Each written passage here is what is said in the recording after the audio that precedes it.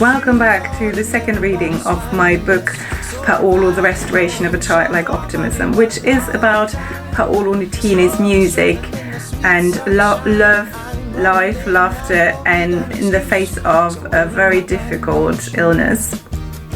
I've started with a prologue yesterday.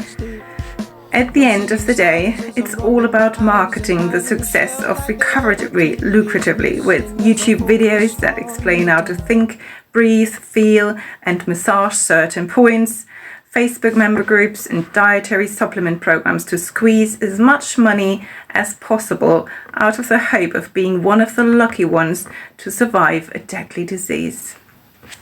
But that doesn't work with MCAS. Because you're constantly reacting to something, including the supplements and meds you're being peddled, and then you're completely and inexplicably depressed for 3 days, and then suddenly you're super hyper for 2 weeks and awake for 20 hours a day talking and thinking incredibly fast and have incredibly fascinating ideas, and then all of a sudden you're normal again. But maybe a little bit tired, because being hyper can be quite exhausting. And then all of a sudden you've got this anxiety where you have panic attack after panic attack, and you have to check all doors and windows and wardrobes 10 times a night. And during all of that, your throat swells up for a few days and then hopefully goes down again, and big red welts cover your stomach, and you have a migraine for 2 days that brings tears to your eyes. You have a small blackout, which luckily only lasts 2 hours.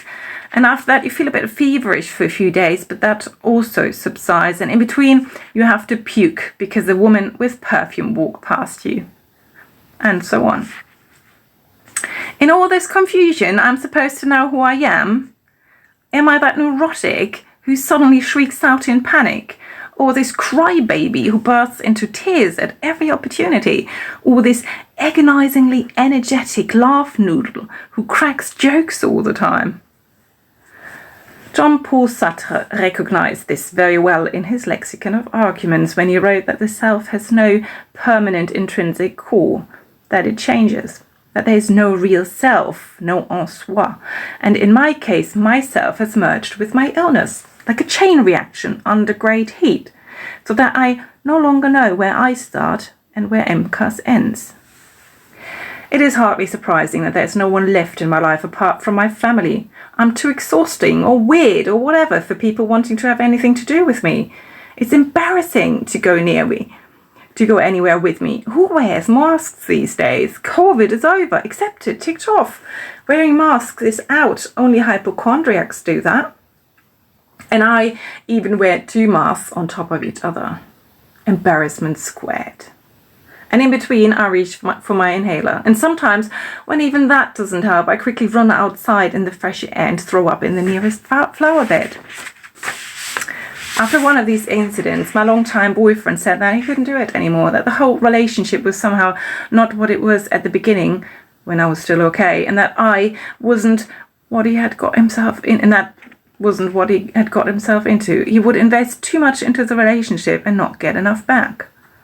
He meant sex. He wasn't getting enough sex. And kisses, he certainly missed them too. No one loves someone just like that without sex and intimacy. Being physically close is, so to speak, the prerequisite for an emotional feeling of love.